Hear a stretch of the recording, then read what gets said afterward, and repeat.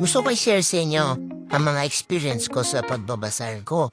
Ang pinakamagandang season ay ngayon na, ang bare months. So kung meron kang idea or meron kang gustong itry, ito yung tamang pagkakataon na itry dahil mas willing gumasto sa mga tao ngayon. Ngayon, kung wala ka pang naiisip at gusto mo makakuha ng idea, isang magandang paraan ay pumunta sa ibang bansa at tignan ko ano yung sa tingin mo magugustuhan ng tao dito. At importante din, syempre gusto mo din. So tumikim-tikim ka muna, tignan mo magustuhan ba yung lasa, magustuhan ba yung style, magugustuhan mo ba yung presentation.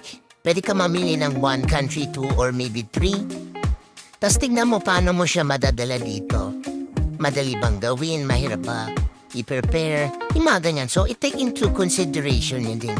And in-consider mo din gano'n ba siya kakaiba dito. Baka mamaya sa sobrang kakaiba, mahirap i-explain.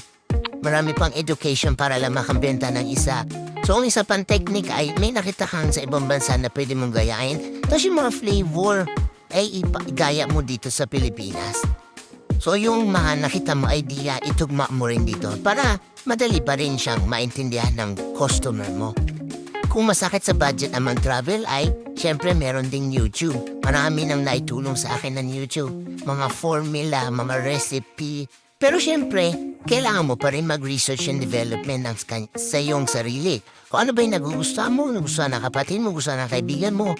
And then, tingnan mo yung overall na opinion nila. Hindi lang sa pagbabasar makakatulong ng YouTube, kahit anong bagay halos nandoon naman.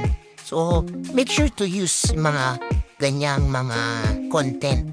Kung wala ka naman maisip na idea, pues meron din ako isang suggestion sa'yo. Pwede mo rin i-avail ang aking starter franchise set. Less than 300,000 ng kompleto na lahat. Within 30 days na makakapagsimula ka na.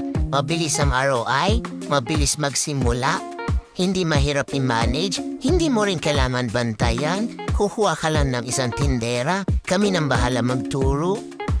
Mabilis pa bumalik ang puhunan dahil araw-araw may benta, araw-araw may kita, araw-araw meron kang mauuwi.